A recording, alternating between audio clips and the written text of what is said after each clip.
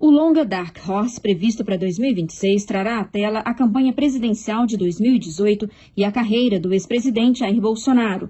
Um filme sobre Jair Bolsonaro. Um orçamento gigantesco. Jim Caviezel no elenco. Suspeitas envolvendo o Banco Master. Áudios vazados. Investigações.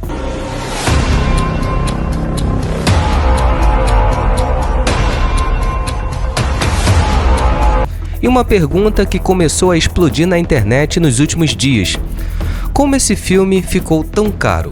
Imagina a gente dando calote num Jim Caviezel, num Cyrus, os caras renomadíssimos lá no cinema americano, mundial.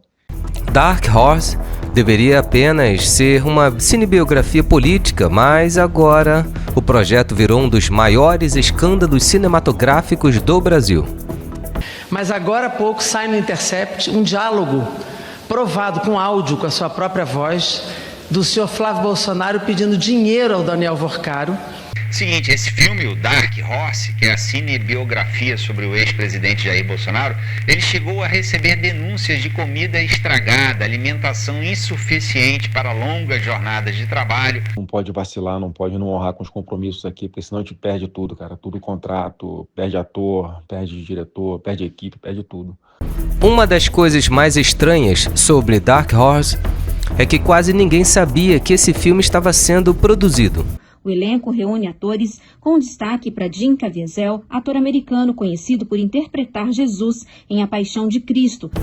De repente, surgiram informações de que Jim Caviezel interpretaria Bolsonaro. O projeto teria orçamento milionário e parte das gravações já estaria acontecendo. A gente precisa saber o que faz, cara, da vida, porque já tem muita conta para pagar esse mês. Só que isso começou a levantar suspeitas. Porque, diferente de outras superproduções brasileiras,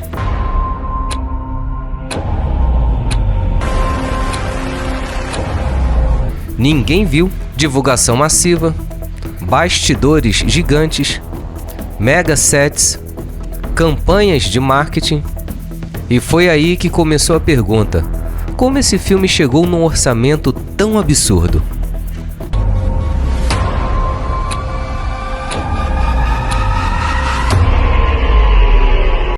Segundo reportagens recentes, Dark Horse pode ter custado cerca de 134 milhões. Aliás, já há provas de um repasse de 2 milhões de dólares para um fundo internacional, onde ele pede dinheiro para concluir o filme da biografia do seu pai, um filme chamado Dark Horse.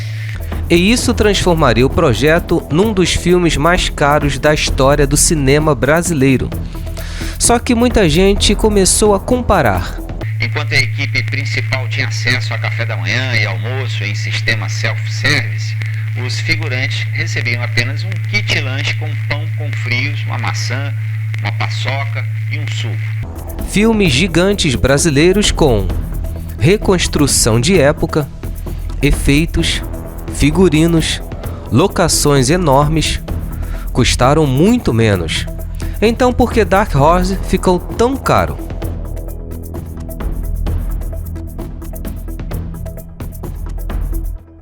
Segundo os relatos, a alimentação era insuficiente para uma jornada de trabalho superior a 8 horas.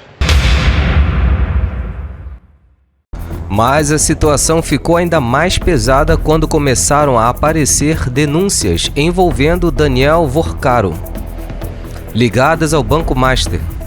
O senador Flávio Bolsonaro minimizou as investigações sobre sua relação com o banqueiro Daniel Worcaro, preso por fraudes financeiras, e afirmou que não tem que justificar nada para ninguém.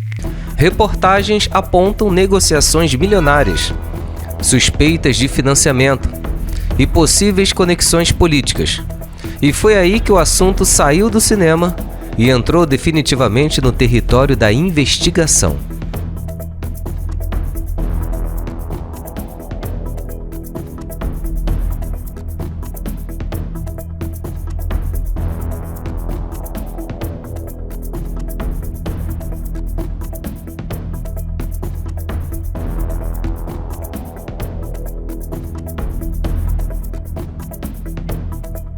O filme também contará com Marcos Ornelas, ator brasileiro radicado no México, que interpretará o senador Flávio Bolsonaro, do PL. Áudios vazados começaram a circular na imprensa. A internet explodiu. E muita gente começou a perguntar: Dark Horse é apenas um filme?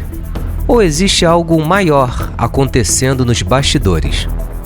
E Edward Finlay, americano, no papel do deputado federal Eduardo Bolsonaro, também do PL. Flávio mudou sua versão ao longo da semana, mas agora defende que a transação foi um investimento privado legítimo.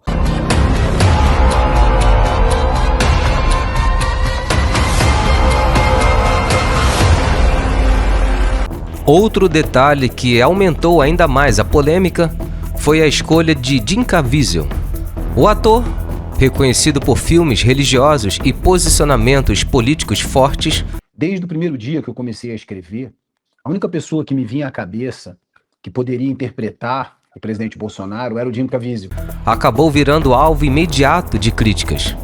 E muita gente acusou o projeto de propaganda política, construção de imagem, tentativa de transformar Bolsonaro em herói cinematográfico. Não é um filme político, tá? É um thriller que se passa no período da eleição. Outros defenderam o filme, dizendo que o cinema deveria abordar qualquer figura política. E assim, Dark Horse virou uma guerra ideológica antes mesmo de estrear.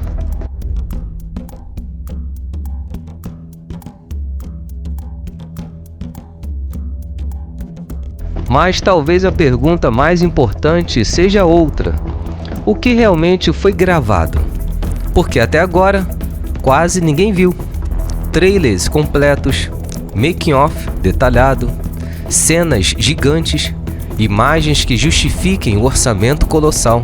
O filme segue na mira do STF, que investiga se emendas parlamentares do deputado Mário Frias foram destinadas para a ONG da produtora do longa. E isso alimenta ainda mais as teorias. Será que o dinheiro realmente foi usado numa superprodução?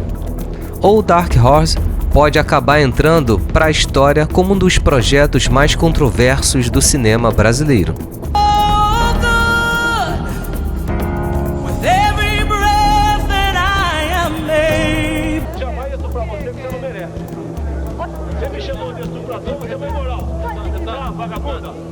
Agora imagine o que pode acontecer quando esse filme finalmente estrear.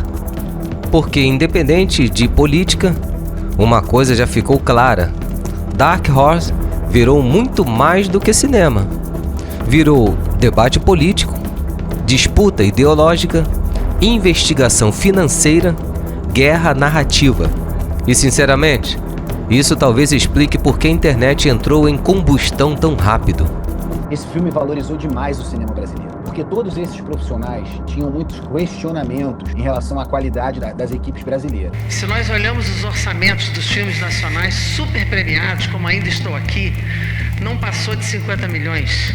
O filme Agente Secreto está divulgado 28 milhões. 134 milhões para fazer um filme de uma biografia pobre.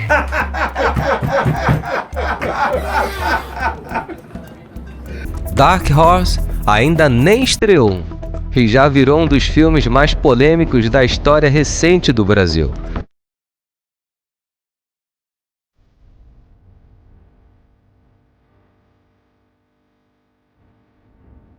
Mas agora eu quero saber de você. Você acha que tudo isso é apenas polêmica política? Ou realmente existe algo estranho acontecendo nos bastidores desse filme? Não tem a ver com política, tem a ver com promover a cidade de São Paulo e promover o cinema brasileiro em Hollywood.